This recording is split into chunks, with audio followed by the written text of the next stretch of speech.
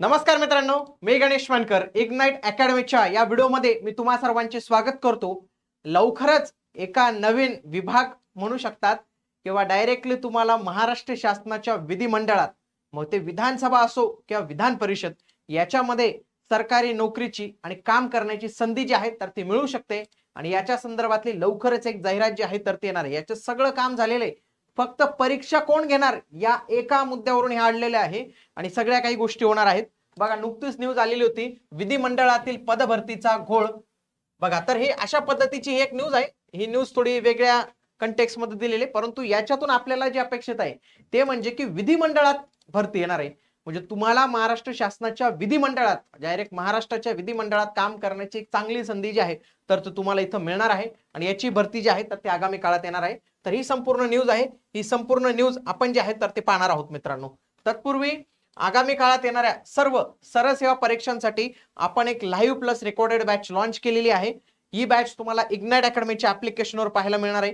महाराष्ट्रातील सरळ सेवेमध्ये सर्वाधिक रिझल्ट दिलेले होते। आपण ही जी मागची बॅच 23 पासून तलाठी असेल त्याच्या पासून तर आतापर्यंत ज्या ज्या काही सरळ सेवा झाल्या त्यामध्ये या बॅचच्या माध्यमातून महाराष्ट्रात सर्वात जास्त सिलेक्शन जे आहेत तर ते आपण इथं दिलेले आहेत। आणि येणाऱ्या कालावधीत ज्या काही सरळ सेवा TCS IBPS नुसार होतील तर त्यांच्यासाठी ही बॅच अत्यंत उपयुक्त तुमच्यासाठी असणार आहे। बघा, राज्य विधिमंडळामध्ये रिक्त असलेल्या विविध श्रेणींच्या शेकडो जागांची लवकरच पदभरती होणार आहे। म्हणजे त्याची जे काही रिक्त जागा आहेत त्यांच्यावर लवकरच पदभरती होणार आहे। पदभरतीची प्रक्रिया राज्य लोकसेवा आयोगाकडून की इतर मार्गाने करायची या प्रकरणी विधान परिषदेचे सभापती राम शिंदे आणि विधानसभेचे अध्यक्ष राहुल नार्वेकर यांच्यामध्ये एकमत होत नाही। परिणामी आस्थापन विभागाने सादर केलेला पदभरतीचा प्रस्ताव गेले 3 महिने थंड बस्त्यात पडला आहे। म्हणजे पदभरतीचा प्रस्ताव दिलेला आहे तो मान्य झालेला आहे, फक्त ही भरती कुठून करायची या मुद्द्यावर जे आहेत तर त्या गोष्टी काही अडून पडलेल्या आहेत।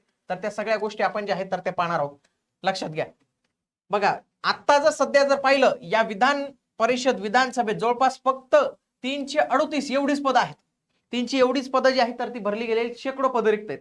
या 338 मध्ये जर तुम्ही पाहिलं तर मंत्री कार्यालयाला 20 दिलेले आहेत, विधानसभा अध्यक्षांना 14 कर्मचारी, विधान परिषद सभापतींना 13 कर्मचारी, उपसभापतींना 9 कर्मचारी, उपाध्यक्षांना 7 कर्मचारी, सुरक्षा व्यवस्थेसाठी 42 कर्मचारी आणि 2 सध्या निलंबित आहे। म्हणजे एवढं जर पाहिलं तर एवढेच कर्मचारी सध्या जे आहेत तर ते इथं आपल्याला काम करताना जे आहेत तर ते इथं पाहायला मिळत आहे। आता नेमका मुद्दा तुम्हाला इथं कळाला का मित्रांनो? पदभरती होणार आहे ही फक्त ही MPSC कडून करावी का सरळ सेवा माध्यमातून करावी अशा पद्धतीची चर्चा चालू आहे, लक्षात घ्या। बघा, मेघना तळेकर सचिव आस्थापना विधिमंडळ यांनी देखील सांगितलेले की राज्य लोकसेवा आयोग की सरळ सेवा यापैकी पदभरतीची पद्धती पीठासन अधिकारी निश्चित करणार आहेत। तात्पुरत्या पदोन्नती देऊन काम चालवले आहे। पदभरतीबाबतची सर्व प्रशासकीय प्रक्रिया पूर्ण आहे, लवकरच भरती होईल। म्हणजे त्यांनी काय सांगितलेलं आहे की ही पदभरती MPSC मार्फत करायची का सरळ सेवा? मग सरळ सेवा आला विषय तर तिथं 2 कंपन्या येतात, कोणती? एक TCS आणि IBPS। तर हे 2 प्रश्न जे आहेत तर तिथं उपस्थित आहे। ऑलरेडी राज्य शासनाने सांगितलेलं आहे त्यांना 18 जुलै 2024 ची GR ने की सर्व पदभरती तुम्ही MPSC मार्फतच कराव्या।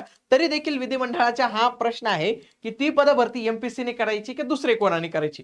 म्हणजे या जर दोघांमध्ये जर एकमत झालं तर लवकरच आपल्याला एक चांगली जाहिरात जी आहे तर ती येऊ शकते।